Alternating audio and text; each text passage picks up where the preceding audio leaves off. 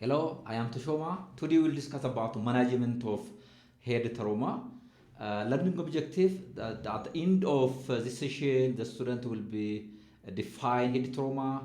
We'll see about the impact of brain injury, and we have to understand primary and the secondary injuries. We have to describe also the management of head trauma.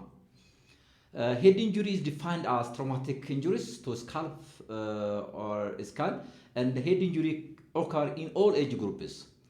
Head injury or brain injury categorized into two. It can be primary head injury and secondary head injury. Primary head injury, it is the initial damage that occur immediately as a result of trauma.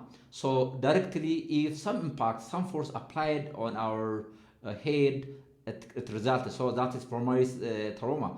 And the secondary trauma is as a result of neurophysiological anatomical change which occur from after original trauma. That means if primary trauma is not managed, so edema will be developed. That edema can be injured due to hypoxia. It can be injured, so that is what we call that secondary injury. So to prevent secondary injury, treating primary injury is very important.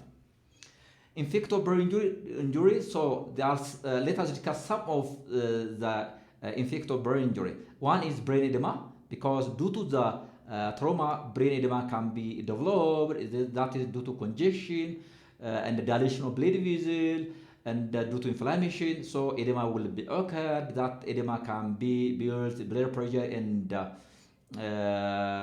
make the cell injury. So the another is brain necrosis due to hemorrhagic infarction, brain ischemia due to increased pressure. So this is some of infective brain injury.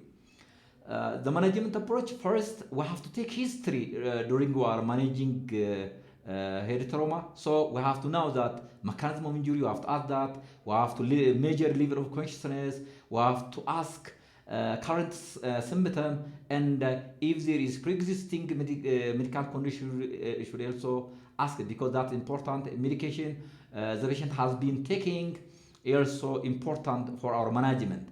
The another is we have to examine the patient pupillary reaction to light and the size, and we have to check vital signs, reflexes, limb movements. If there is any weaknesses, spastic, sometimes we have to ask this. If there is flexion, extension, we have to examine this, because it gives some clues for our management.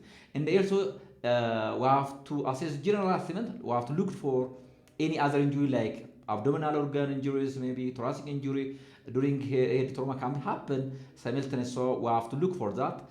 And also we have to check if there is hematoma of skull, if there is fracture that is depressed, or some edema. So we have to check that. And also have to check if there is any bleed from nose, from ear. So that's important to have to check that.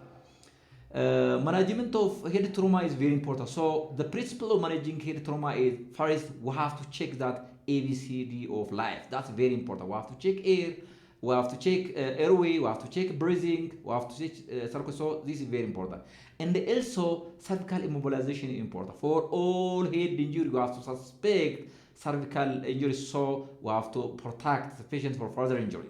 And also we have to support respiratory, maybe oxygen administration, one of the very important. If the patient cannot saturation will be decreased despite we administer oxygen, even intubation is important. So we have to intubate the patient. We have to elevate head 30 to 45 degrees, and also we have to avoid hypotension. This is the management of trauma. Thank you very much. And let us see about summary. Head injury occur in all age groups. Brain injury can be primary and secondary injury. Brain injury can result edema, necrosis, and ischemia to brain tissues.